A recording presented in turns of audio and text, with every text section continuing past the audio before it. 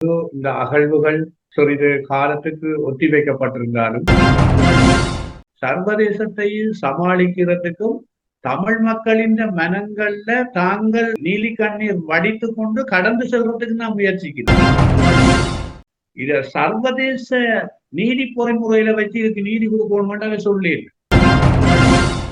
திரும்ப திரும்ப திரும்ப கடந்த காலத்து ஆட்சியாளர்கள் மஹிந்த ராஜபக்ச, ரணில் விக்ரமசிங்க, மைத்ரிபால சிறிசேன, கோட்டாபய ராஜபக்ச ஆக்கள் எப்படி உள்நாட்டு பொறிமுறைகள்ல வச்சு இத நீர்த்து போக செய்திருக்கணுமோ அதே பட்டன்ல தான் இதை சிந்திக்கணும். அரசியல் ஆய்வுக்களம் உண்மையோடு தமிழர்களின் உரிமை காக்க உரசிவிடும் தீக்குச்சி என தன்னை நிலைநிறுத்தி தமிழரின் அரசியல் பேசும் களமாக உங்களை தேடி வருகிறது அரசியல் ஆய்வுக்களம். அரசியல் ஆய்வுக்களம். அன்பான உறவுகளுக்கு வணக்கம். நீங்கள் பார்த்துக் கொண்டிருப்பது STS தமிழ் தொலைக்காட்சி. STS தமிழ் தொலைக்காட்சியில் வார வாரம் இடம்பெற்றுக் கொண்டிருக்கின்ற அரசியல் ஆய்வுக்களத்தோடு இணைந்திருக்கின்றோம். அரசியல் ஆய்வுக்களத்தில் வளமையாக எங்களோடு இணைந்திருக்கின்ற சபாகோதாஸ் அவர்கள் தாயத்திலிருந்து கலந்து கொள்ள இருக்கின்றார். வடக்கு மாகாண சபையின் உறுப்பினராகவும் அது மட்டும் இல்லாமல் வரலாற்று ஆசிரியராக இருக்கின்றார். அத்தோடு இன்னும் பல பொது பணிகளை செய்வது மட்டுமல்ல, அரசியல் ஆய்வாளராகவும் சிறப்பாக பல விடயங்களை தாயத்திலிருந்து STS தமிழ் தொலைக்காட்சி நேயர்களுக்காக தந்து கொண்டிருக்கின்ற பல ஆண்டுகளாக வரவேற்றுக் கொள்கின்றோம். வணக்கம் சபா. அனைவருக்கும் வணக்கம். வணக்கம். மீண்டும் ஒரு முறை இணைந்திருக்கின்றோம். வளமை போலவே நாங்கள் ஆராய்ந்த தகவல் என்ன அங்கே என்பதை பார்த்து கொண்டு அரசியல் ஆய்வுக்களத்துக்குள் நுழைவோம். தமிழர் தாயகத்தை பொறுத்தவரையில் தொடர்ச்சியாக இந்த மக்கள் தங்களுடைய காணி பிடிவுக்கு தொடர்பாக தொடர்ந்தும் போராடி கொண்டிருக்கிறார்கள். தமிழர் தாயகத்தில் 8 மாவட்டத்திலும் இந்த வலிந்து காணாமலாக்கப்பட்டோருக்கான சங்கங்கள் இருக்கிறது. அவை ஒருமித்த ரீதியாக ஒரு சர்வதேச மாநாடு ஒன்றை நடாத்துவதற்கு தீர்மானித்திருக்கிறார்கள். அந்த வகையில் அந்த விடயம் ஒரு பேசு பொருளாக இருந்து கொண்டிருக்கிறது. அதனை விட தமிழர் தாயக பகுதியில் குறிப்பாக செம்மணி விவகாரம் தற்போது இந்த அகழ்வுகள் சிறிது காலத்துக்கு ஒத்திவைக்கப்பட்டிருந்தாலும் அந்த விவகாரம் தொடர்பில் அரசாங்க தரப்பில் முன்பின் முரணான கருத்துக்கள், குறிப்பாக குற்றவாளிகள் இன்னும் இனங்காணப்படவில்லை என்ற வகையிலான கருத்துக்களும், அதே நேரம் சரியான ஆதாரங்கள் இல்லை என்ற வகையிலும், அதே நேரம் நீதி செம்மணியான கருத்துகள் அரசாங்க தரப்பின் அதிக அமைச்சர்கள் மற்றும் உயர்மட்ட உறுப்பினர்களிடமிருந்து வருவதை காணக்கூடியதாக இருக்கிறது. அதே நேரம் தென்னிலங்கையில் ஈஸ்டர் குண்டு தாக்குதல் காலப்பரப்பில் போலீஸ் மா அதிபராக இருந்த பூஜித ஜெயசுந்தரன், முன்னாள் போலீஸ் மா அதிபர் பூஜித ஜெயசுந்தரன் மற்றும் அக்காலகட்ட பரப்பில் இருந்த பாதுகாப்பு அமைச்சின் செயலாளர் கேமஸ்ரீ இதுவரைக்கும் உயர் நீதிமன்றத்தால் மரண தண்டனை வழங்கப்பட்டிருக்கிறது. அது இப்பொழுது தென்னிலங்கையில் கொழும்பில் குறிப்பாக ஒரு பரபரப்பான ஒரு விஷயமாக பேசப்பட்டு கொண்டிருக்கிறது. அதே நேரம் தென்னிலங்கையை பொறுத்தவரையில் எதிர்வரும் 3ஆம் தேதி தமிழ் கட்சிகள், அதாவது ஈழத்தமிழ் சார்பான அரசியல் கட்சிகள் மற்றும் மலையக தமிழ் கட்சிகள், அதே போல முஸ்லிம் தமிழ் கட்சிகள் ஆகிய இணைந்த அந்த கூட்டு ஒன்று அண்மையில் வெளிப்படுத்தப்பட்டிருந்தது.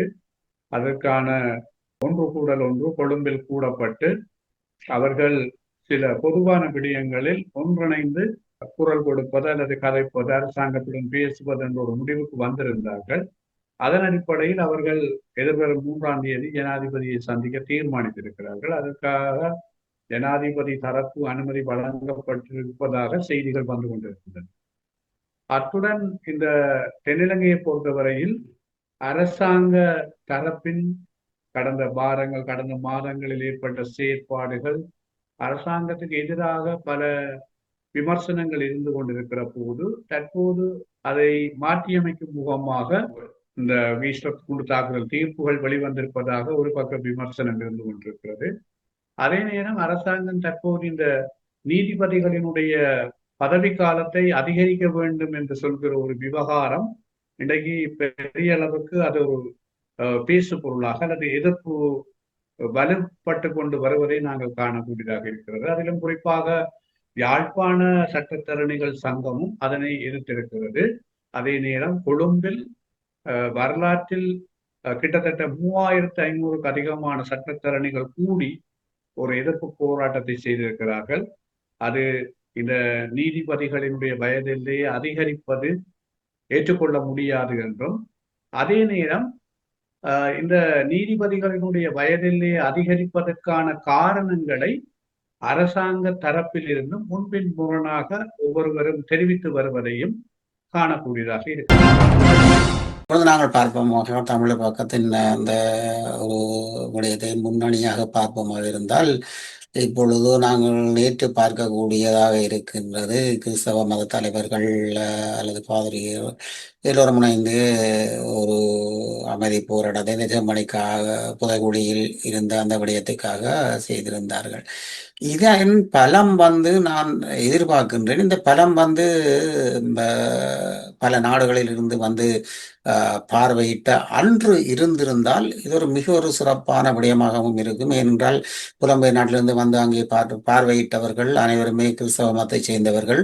அந்த நேரத்திலே இந்த கிறிஸ்தவ மக்கள் அல்லது கிறிஸ்தவ பாதிரியர்மார் அல்லது கிறிஸ்தவ அமைப்பினர் ஒன்று கூடி இந்த முன்னெடுப்பை அன்று முன்னெடுத்தால் சிறப்பாக இருந்திருக்கும். இதை பற்றி அங்குள்ள பார்வை எவ்வளவு இருக்கின்றது? நீங்க குறிப்பிட்டது போல அந்த காலகட்ட பிறப்பில் இந்த கிறிஸ்தவ மத குரு சார்ந்த அந்த மத தலைவர்கள் இணைந்து போராடி இருக்கக்கூடிய சூழ்நிலைகள் சில வேளைகளில் அவர்கள் இந்த காணாமல் ஆக்கப்பட்டோருடைய சங்கம் உண்மையிலே அவர்கள்தான் இறங்கி முன்னணியில் நின்று போராட வேணும். ஏனென்றால் இப்ப ஒரு அரசியல் தரப்பு இறங்குகிற போது அது அரசியலாக பார்க்கப்படும். அது அரசியல் காரணங்களுக்காக அவர்கள் போராடுகிறார்கள் என்று அந்த போராட்டத்தை கொச்சைப்படுத்துகின்ற மாதிரி ஒரு தரப்பும் வெளியில் விமர்சனங்கள் இருந்து கொண்டிருக்கு. அவ்வாறு இருக்கிற போது சில வேளைகளில் பாதிரிமார் அதை தடுத்திருக்க இன்னொரு தடவை செய்திருக்கலாம், செய்யக்கூடிய முடிவுகளை எடுத்திருக்கலாம் என்றுதான் நான் நினைக்கிறேன். ஆனால் அப்பொழுது செய்திருந்தால் அது பல தரப்பும் சேர்ந்து வலுவாக செய்வதை வெளித்தரப்புகள் பார்க்கக்கூடியதாக இருந்திருக்கும். ஆனால் இந்த கிறிஸ்தவ மத தலைவர்கள் தொடர்ந்து எல்லா விடயங்களிலும் மிக வலுவாக குரல் கொடுத்து வருவதை நாங்கள் காணக்கூடியதாக இருக்கிறது. அது ஒரு போற்றப்பட வேண்டிய, வரவேற்கப்பட வேண்டிய விடயம். அது இந்த விடயத்தில் மாத்திரமல்ல, முள்ளிவாய்க்கால் விவகாரத்தில் கூட அவர்களுடைய பங்களிப்பு நினைவேந்தல் வாரங்களாக இருந்தாலும் சரி, அவர்கள் ஒரு காத்திரமான முன்னவரை செய்கிறார். ஆனால் இந்த முள்ளிவாய்க்கால் விவகாரம் நான் நினைக்கிறேன் தொடர்ந்தும் எங்கள் தரப்பு மாத்திரமல்ல, வெளிநாட்டில் இருக்கிற தரப்புகளும் இதற்காக போராட வேண்டும். ஏனென்று சொன்னால் இது ஈழத்தமிழர் வரலாற்றில ஒரு மிகப்பெரிய ஒரு மனித படுகொலியாக இன்றைக்கு வெளிக்கிளம்பி இருக்கு. அதே நேரம் ஒரு இனப்படுகொலை நடந்திருக்கு. ஏனென்று சொன்னால் அங்கு வெளிவருகிற ஆதாரங்கள் எல்லாமே மிக மிக பலரை மன ரீதியாக பாதிக்கக்கூடிய அளவுக்கு எல்லாம் ஆதாரங்கள் வெளியில் வந்து கொண்டு, உதாரணமாக ஒரு கைக்குழந்தையுடன் தாயாரை இருத்தி வைத்து தாட்டிருக்கிற முறைமை உண்மையிலே உயிருடன் தாட்டார்களா அல்லது அடித்து கொண்டு உயிருடன் குறைத்தார்களா என்கிற பல கேள்விகளை அங்கு எழுப்பி இருக்கிறது. அப்படி பலவேறு விஷயங்கள் ஆனபடியால இந்த விவகாரத்தில வெறுமனே தாயகத்தில் இருக்கிறார்கள் தான் போராட வேண்டும் என்று இல்லை. என்னை பொறுத்தவரை இல்லை, வெளியில இருக்கிறார்கள் இதுக்கு வலி சேர்க்க வேணும். அது மாத்திரமல்ல, இன்னொரு விஷயம், இப்ப வெளியில இருக்கிற பல அமைப்புகள், டயஸ்போராவில் இருக்கிற பல அமைப்புகள், பல தன்னார்வ சமூக ஆர்வலர்கள் பலர் இருக்கிறார்கள். உண்மையில இதுல என்னால சொல்லக்கூடியது உண்டு, இந்த செம்மணி விவகாரத்துக்கு உள்நாட்டுல நீதி இல்லை. அது நாங்கள் பல தடவை சொல்லிட்டோம்.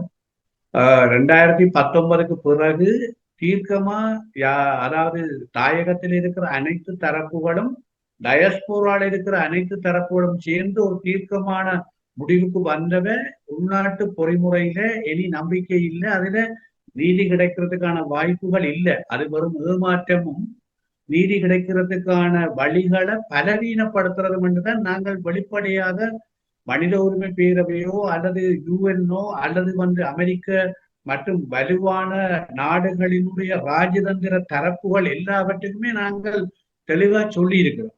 ஆனபடியால இனி நான் நினைக்கிறேன் சர்வதேச நீதிமன்றத்துல போய் இதுக்கு வழக்கு தொடுக்கிறதன் ஒரு வழியாக இருக்கும். ஏன்னு சொன்னால் இது செம்மணி விவகாரம் ஒரு தனி விவகாரம். இதுக்கு நாங்கள் யாரையும் எதிர்பார்க்க தேவையில்லை. போதுமான ஆதாரங்கள் வந்து கொண்டிருக்கு. மிக முக்கியமான சாட்சியம் ஜெயில இருந்து கொண்டு சாட்சி சொல்லுவன்னு சொல்லி கொண்டிருக்கு. மிக முக்கியமான சாட்சியம் ஒன்று இருக்கு. அதாவது சோமரட்ன ராஜபக்ச என்ற அந்த இராணுவ கோப்ரல் அவர் கன விஷயங்களை வெளிவிட்டு கொண்டிருக்கிறார். இன்னும் வெளிவரது விஷயம் இருக்குது. அவர் இதை விட என்ன 4 லொகேஷன் சொல்லி இருக்கிறார். அதாவது அரியால மணியந்தோட்ட பகுதி போன்ற இடங்கள்ல இன்னும் புதைக்கப்பட்ட இடங்கள் இதுக்கென்று சொல்லி இருக்கிறார். ஆகவே இது ஒரு கொஞ்ச நஞ்சம் இல்லை, என்ன கிளறி கொண்டு போய்க்கலாம் நிறைய வரும். ஆகவே இந்த விவகாரத்துக்கு என்ன பொறுத்தவரையில தாயகத்திலே இருக்கிற ஆட்கள் இதுக்கு சர்வதேச நீதிமன்றத்துல வழக்கு போட்டுட்டு திருப்பி தாயகத்துக்கு வரைக்குள்ள பல பிரச்சனைகளை எதிர்நோக்கக்கூடியதாக இருக்குமென்றது எல்லாருக்கும் தெரியும். அது நடைமுறைக்கு பெரிய அளவுக்கு சாத்தியம் இல்லாவிட்டியும் டயஸ்போரால இருக்கிற யாராவது இதுக்கு வழக்கு போடணும், கட்டாயம் வழக்கு போடுங்க. இதுல STS தொலைக்காட்சியில கேட்டுக்கொண்டிருக்கிறார்கள் கூட இந்த செய்தியை மட்டாக்களுக்கும் சொல்லுங்க. என்னன்னு சொன்னால் அதுக்கு துணிச்சலா வழக்கு போடலாம். அதுக்கு மேல சர்வதேச நீதிமன்றத்துல ஒரு வழக்கு செய்யறதுன்றா பெரிய நிதி படமும் வேணும். அதுக்கு நான் நினைக்கிறேன் டயஸ்போரால இருக்கிற அமைப்புகள் அந்த இடத்துக்கு வலுவா இருக்குது, அது செய்யலாம். ஆனபடியால அப்படி ஒரு வழக்கொண்ட தொடுக்கிறதன் மூலம்தான் ஸ்ரீலங்கா அரசாங்கத்தை ஒரு வழிக்கு கொண்டு வரலாம். இனி தனித்தனியாக ஒவ்வொருத்துக்கும் வழக்கு போட வலிக்கிட்டால் அரசாங்கத்துக்கு ஒரு திரட்டொண்டு வரும் கட்டாயம். இன்னைக்கு என்ன பொறுத்தவரையில இந்த வலிந்து காணாமல் ஆக்கப்பட்ட ஒரு விவகாரத்துக்கு கூட ஒரு தனியான சர்வதேச நீதிமன்றத்தில் ஒரு வழக்கொண்ட திறந்திருக்க வேணும். அப்போது திறந்திருக்க வேணும். ஏனென்றால் அதுக்கு போதுமான சாட்சியங்கள் இருக்குது. இலங்கையில உள்நாட்டுல கற்றுக்கொண்ட பாடங்கள் மற்றும் நல்லிணக்க ஆணைக்குழு, உடலகமா ஆணைக்குழு போன்ற ஆணைக்குழுக்கள்ல போதுமா மக்கள் சாட்சியம் சொல்லி இருக்கணும்.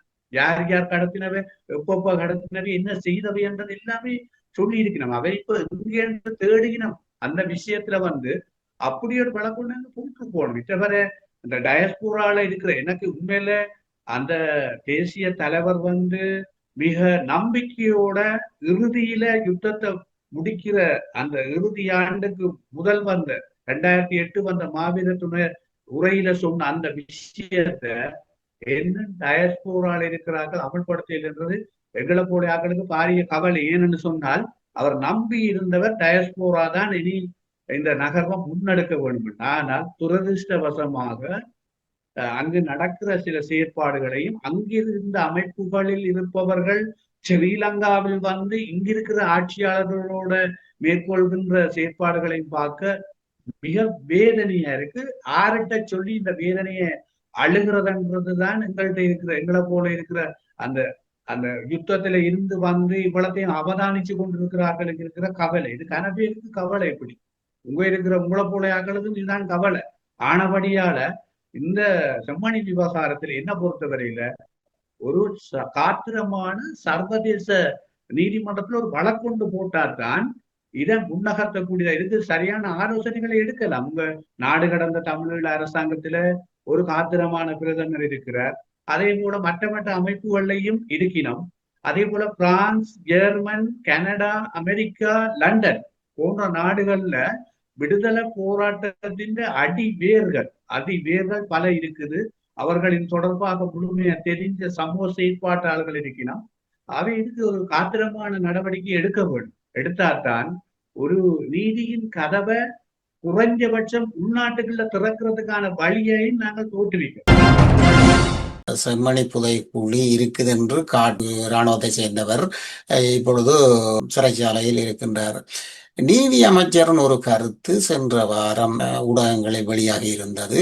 என்னவென்று சொன்னால் அவர் சொல்லுகின்ற தரவின்படியோ இல்லது அவர் சொன்ன உண்மைகளை வைத்துக்கொண்டு தாங்கள் ஒரு முடிவுக்கு வர முடியாத காரணம் என்னென்றால் அவர் குற்றவாளியாக இருக்கின்றவர் தான் வெளியில் வருவதற்கான ஒரு கோரிக்கையை வைத்து கூட அப்படி ஏதாவது விடயங்களை பொய்களை கூறலாம் என்ற ஒரு கருத்தும் உண்மையிலேயே வரப்பட்டது. இது கவனமாக நீங்கள் ஒரு அரசியல் விடயங்களை மிக ஆளுமையாக காண்பவர் என்ற ரீதியில் எப்படி பார்க்கின்றீர்கள் இந்த விடயத்தை? 2025ஆம் ஆண்டு இந்த புதைகுழி மீள தோண்டப்பட்டு உடலகங்கள் எலும்புக்கூடுகள் எடுக்கப்பட்டு கொண்டிருக்கிற போது பாராளுமன்றத்துக்குள் இப்ப இருக்கிற இந்த அரசாங்கத்தில் இருக்கிற நீதி அமைச்சர் கர்ஷன நாணயக்கார அன்றைக்கு 2025 பார்லிமெண்ட்டுக்குள்ள சொன்னது இது ஒரு வதந்தியல், இந்த செம்மணி விவகாரம் என்றது ஒரு வதந்தியல்.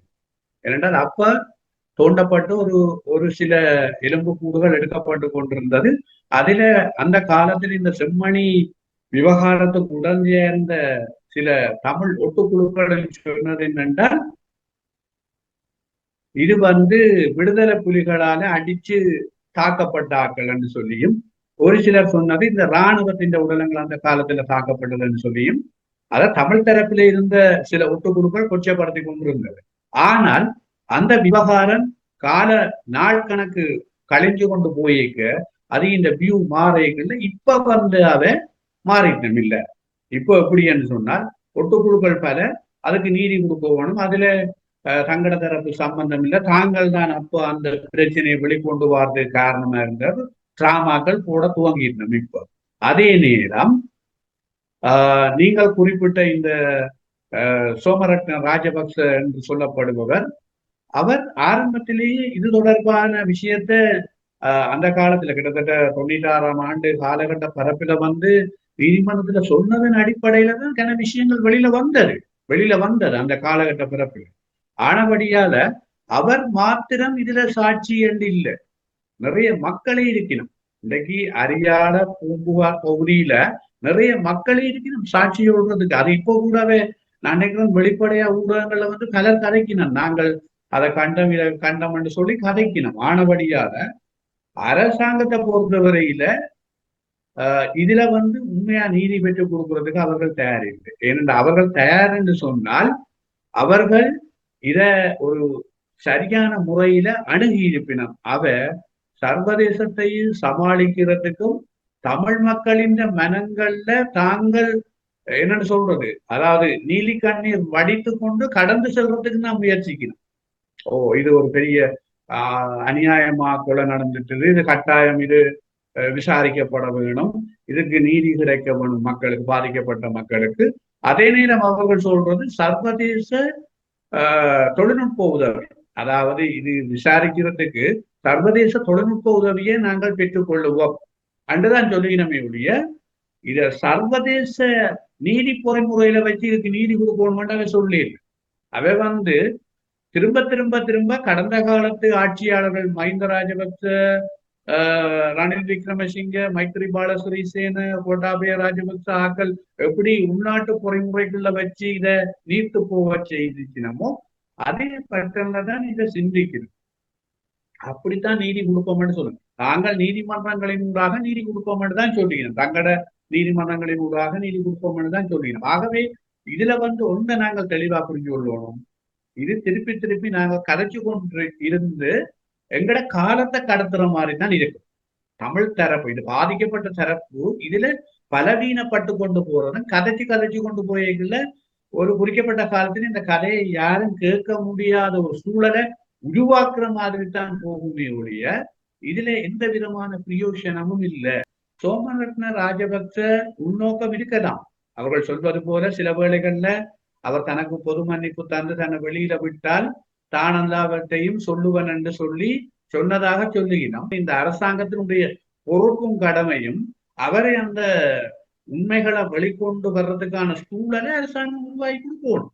இன்றைக்கு ஈஸ்டர் குண்டு தாக்குதல் தொடர்பாக கர்தினால் மல்கம் வஞ்சி தாண்டகை கொடுத்த அழுத்தங்களை கொண்டு நீங்க உண்மையான சூத்திரதாரிகள் சுதந்திரமாக இருக்கக்கூடிய வகையில அவர்கள் ஏவி செய்த ஏவலாளர்களுக்கு இன்றைக்கு நீங்கள் போலீஸ் படையோ அல்லது அதிகாரிகளோ அரசாங்கம் சொல்றதை செய்வினம். அவை எப்படியும் அந்த பொறுப்புல இருக்கைக்குள்ள கட்டாயம் செய்வினம். இன்னைக்கு பூஜித ஜெயசுந்தர மற்றும் கேமஸ்வரி பெர்னாண்டோ போன்றோர் உண்மையில அந்த நேரத்துல எல்லாருக்குமே தெரிஞ்சது ஒரு குண்டு தாக்குதல் நடக்க போகுதுன்னு ஊடகங்கள்ல வந்து கொண்டுதான் இருந்தது செய்திகள். ஆனால் அவர்கள் எவ்வளவு தூரம் அவர்களால தடுக்க இயலும்? ஏன்னு சொன்னா இதெல்லாம் அரசியல்வாதிகள், மிக முக்கியமான அதிகாரத்திலே இருக்குபவர்கள் சொன்னால்தான் அவர்கள் செய்வினம். ஆனபடியால இதுல இப்ப இந்த மரண தண்டனைக்கு உள்ளாகி இருக்கிறார்கள் எல்லாரும், நான் நினைக்கிறேன் அவையில் அம்புகள் என்றுதான் நான் சொல்லுவேன். இவர்கள் அம்புகள். உண்மையில எய்தவன் இருக்கிறான் பாதுகாப்பு. அந்த எய்தவனைத்தான் மரண தண்டனைக்கு உட்படுத்துறது என்றது ஸ்ரீலங்காவில ஒரு ஏமாற்று வேலை. மரண தண்டனை என்றது, நீதி என்றது, அவன் 20 வருஷம் ஜெயில இருந்துட்டு வெளியில வர்றான். சில விழாதுக்குள்ள செத்து போயிட்டா அவ்வளவுதான் இயற்கை. அவைகளுக்கு தூக்கு தண்டனை, மரண தண்டனை ஒன்றும் கொடுக்குறே இல்லை. அது மரண தண்டனை என்ற பேர். அதே நேரம் இன்னொரு விஷயம், இந்த ஜனாதிபதி சில வேளை 2 வருஷத்துல போயிட்டு அவங்களுக்கு சாதகமான ஒரு ஜனாதிபதி வந்துட்டா உடனே பொது மன்னிப்புல அவங்கள வெளியில விட்டுருவாங்க. ஆனபடியால இது எங்களுக்கு பாதிக்கப்பட்ட மக்களுக்கு நீதி கிடைச்சிருக்கன்னு யாருன்னு நினைச்சா அது என்ன பொறுத்தவரையில அது ஒரு முட்டாள்தனம். உண்மையில இந்த உண்மையான சூத்திரதாரிகளுக்கு தண்டனை கொடுக்கணும். அதே நேரம் ஈஸ்டர் குண்டு தாக்குதலுக்கு இவ்வளவு முக்கியத்துவம் கொடுத்து நீங்கள் உடனடியாக அவர்களை தூக்கி இவ்வளவுக்கு தண்டனை கொடுக்க முடியும் என்று சொன்னால், ஏன் நீங்கள் முள்ளிவாய்க்காலில் இருந்து தமிழ் மக்கள் மீது கட்டவிழ்க்கப்பட்ட இத்தனை அநியாயங்களுக்கும் இன்ற வரை போதுமான சாட்சியங்கள் இருக்குது, சம்பவங்கள் தொடர்பான பல ஆதாரங்கள் இருக்குது. ஏன் அந்த விஷயத்தில் ஒன்றை கூட இட்டவரை உங்களால் எடுக்க முடியல? அந்த கேள்வியை நாங்கள் இதுல கேட்க வேண்டும். ஏனென்று சொன்னால் நாங்கள் இதுல பாரபட்சமா நடக்கக்கூடாது. ஏனென்றால் ரெண்டிலையும் பாதிக்கப்பட்டது தமிழ் பேசும் மக்கள் தான். அதாவது முள்ளிவாய்க்காலில் பாதிக்கப்பட்டது தமிழ் மக்கள், ஈஸ்டர் குண்டு தாக்குதலில் பாதிக்கப்பட்டது தமிழ் பேசும் கிறிஸ்தவர்கள். அது யாராக இருந்தாலும் தமிழ் பேசும் கிறிஸ்தவர்கள் தான் அதில் பாதிக்கப்பட்டது. ஆகவே அங்கு நீதி கட்டாயம் கிடைக்க வேண்டும். அதுக்கு வெறுமனே இப்படி அதாவது குறிக்கப்பட்ட பேரை ஜெயில, பிள்ளையான் போன்றாக்களை ஜெயில வச்சிருக்கிறது, இவர்கள் அதாவது இந்த போலீஸ் அதிகாரி, பாதுகாப்பு செயலாளருக்கு மரண தண்டனை கொடுக்கிறது எல்லாம் அதோட முடிகிற காரியம் இல்லை. அது நீதி கிடைக்கிறது. நீதி எங்கன்றதுதான் இப்ப கேள்வி. பாதிக்கப்பட்டவர்கள் இதால நீதி கிடைக்குதா? இல்லையே. நீதி கிடைக்க வேணும். அதே நேரம் உண்மையான சூத்திரதாரிகள் சிறையில் அடைக்கப்பட்டு அவர்களுக்கான தண்டனை வழங்கப்படும். தமிழ் முஸ்லிம் கட்சிகள், மலையாள கட்சிகள் என்று சொல்லி அனைவரும் இணைந்திருக்கின்றது. இது ஒரு சிறப்பான விடயம். அவர்கள் செயற்பாடுகள் இந்த வகையில் போகின்றது என்பதை தான் பார்க்க வேண்டியதாக இருக்கும். காலங்கள் 3ஆம் தேதி ஒரு சந்திப்பு என்று சொன்னால், இந்த 3ஆம் தேதி சந்திப்பினால் ஏதாவது நல்ல சமைச்சை காட்டப்படும் என்று கருதுகின்றீர்களா? ஒரு அருமையான கேள்வி நீங்க கேட்டிருக்கிறீர்கள். தமிழ் கட்சிகள், அதாவது மலையக, ஈழத்தமிழ் மற்றும் முஸ்லிம் தமிழ், அதாவது இவ்வளவு பேரும் சேர்ந்து இந்த சந்திப்பில உண்மையில என்ன பொறுத்தவரையில எங்கட தமிழ் தரப்பு, ஈழத்தமிழர் சார்பில் கலந்து கொள்ளுகிற கட்சிகள், அதாவது ஒவ்வொரு தரப்பும் தங்கள் தரப்பு சில விடயங்களை கதைக்கிற போது எங்களுடைய தரப்பு சார்ந்து 3 தரப்பும் சேர்ந்து ஒரு பொதுவான விடயத்தை முன்னுரிமைப்படுத்தி கதைப்பார்கள். அது நான் நினைக்கிறேன் அவர்கள் அந்த கதைக்கு முன்னெடுக்கிற விஷயங்கள் ஏலவே அவர்கள் அறிவிச்சிருக்கிறார்கள்.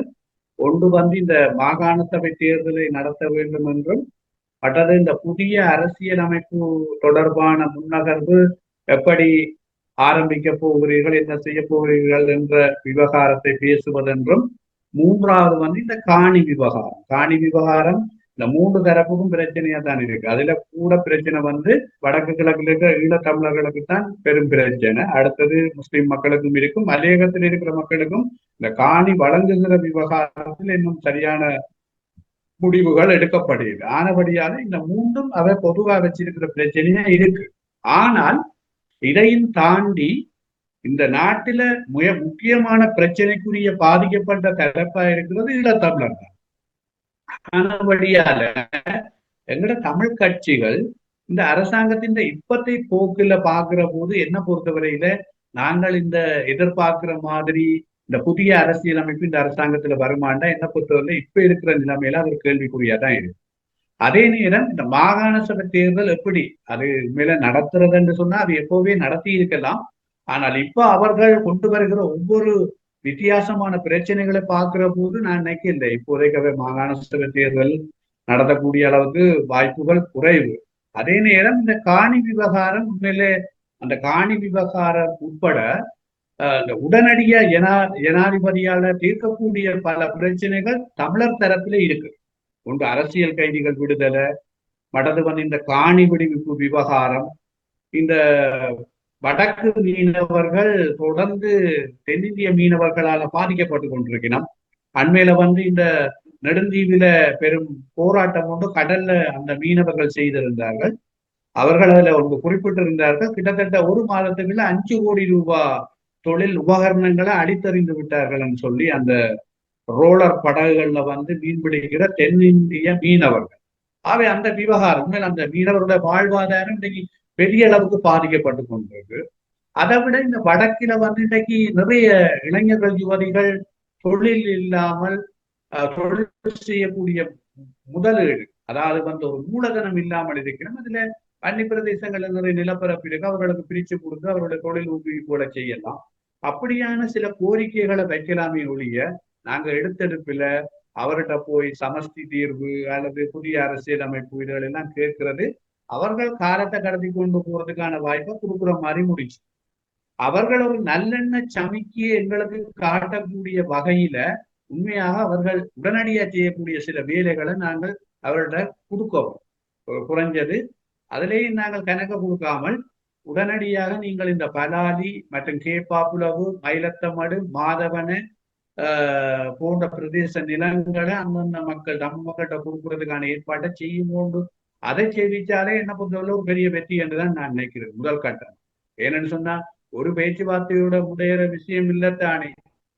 இதுல இந்த ஒரு விமர்சனம் இருக்கு என்னன்னா, இவர்கள் ஏன் அவர்கள்ட்ட போய் வலிந்து கேட்டு பேசிக்கணும்ட்டு இன்னொரு தரப்பு விமர்சித்து கொண்டிருக்கு.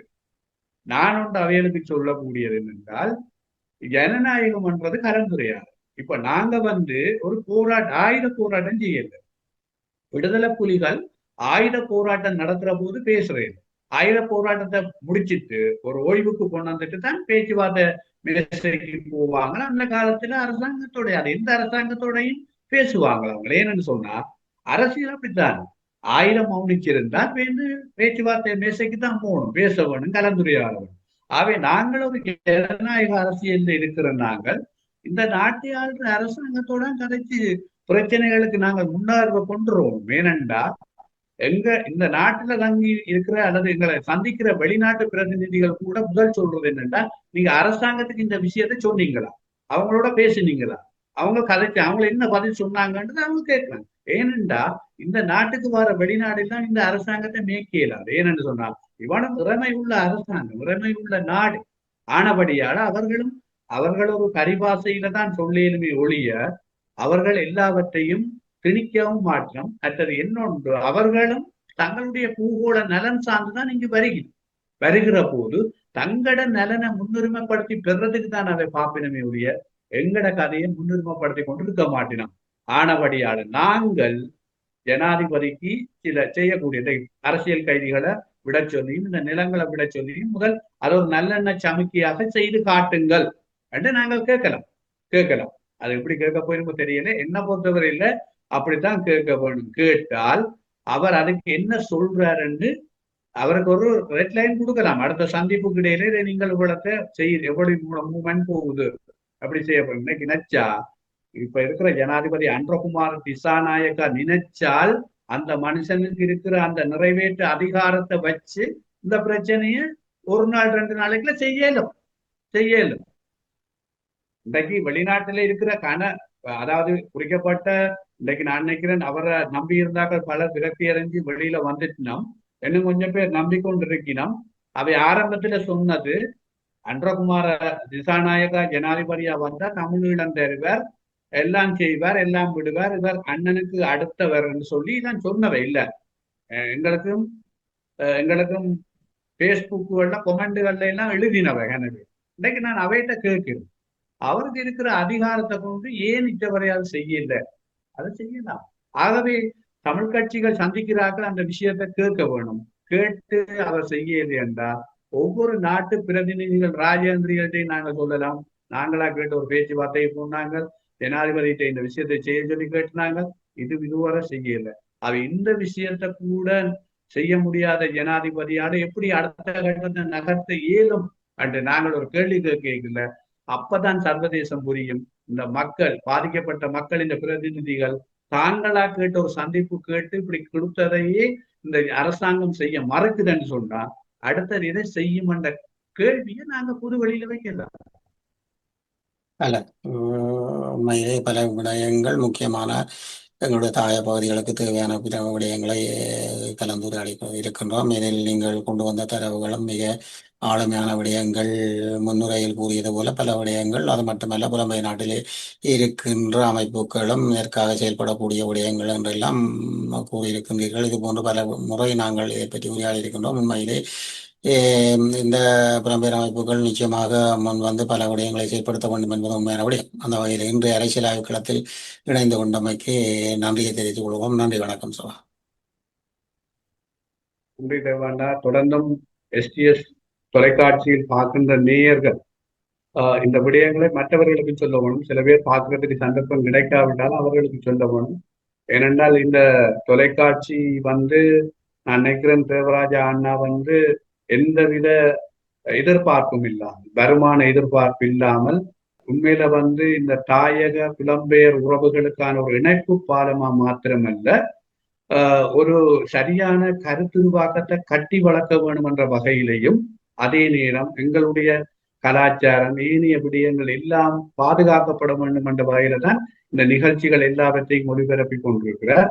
ஆனபடியால இதற்கு தொடர்ந்து ஆதரவு வழங்குகிற அதே நேரம் எங்களுடைய கருத்துக்களை தவறு இருந்தாலும் நீங்கள் அதற்கான விமர்சனங்களை வைக்கவும். எங்களை பொறுத்தவரையில எங்களுக்கு இது ஒரு வியாபார நோக்கம் அல்ல. என்னுடைய நோக்கம் வியாபாரம் அல்ல.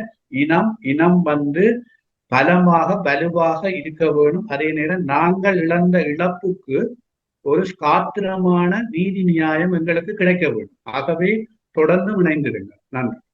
நல்லது. சபா கூறியது போலவே உண்மையான விடயம். இதை எந்த ஒரு நலன் பெற்றுக்கொள்ளும் விடயமாக சபா கூட இவ்வளவு காலம் எங்களோடு இணைந்து உண்மையிலேயே எங்களுடைய சமுதாயத்துக்கு நாங்கள் என்னத்தை செய்தோம் விழிப்புணர்வாக, இந்த மக்களை எப்படி இன்னும் நாங்கள் விழிப்புணர்வாக வைத்து எங்களுடைய தேசியத்துக்கான விடயங்களை அல்லது எங்களுக்கான சுய உரிமையை பெற்றுக்கொள்வதற்கான ஒரு தளமாகவே இந்த விடயங்களை நாங்கள் அரசியராய்ந்து கொண்டு வருகிறோம். நல்லது சபா, கலந்து சிறப்பித்து இது போன்ற தகவலை தந்தமைக்கு நன்றிகளை கூறுகின்ற அடுத்த அரசியல் களத்தில் இணைந்து கொள்வோம். எங்களோடு இணைந்திருந்த சபா கோதாஸ் அவர்கள் இவர் ஒரு சிறப்பான முன்னாள் மாகாண சபையின் ஒரு வடக்கு மாகாண சபையின் உறுப்பினராகவும், அது மட்டுமல்லாமல் வரலாற்று ஆசிரியராகவும், அத்தோடு அரசியல் ஆய்வாளராகவும் இன்னும் பல பொது விடயங்களை செயலாற்றி வருகின்றவராகவும் இருக்கின்றார். அவருக்கு நன்றிகளை கூறிக்கொண்டு அடுத்த அரசியல் ஆய்வு களத்தில் இணைந்து கொள்வோம். நன்றி, வணக்கம்.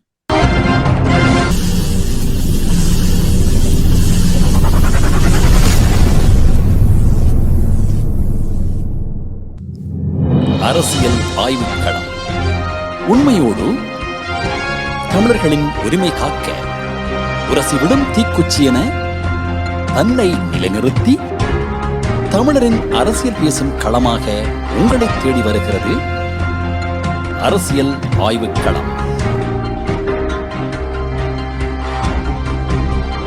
அரசியல் ஆய்வுக்களம்.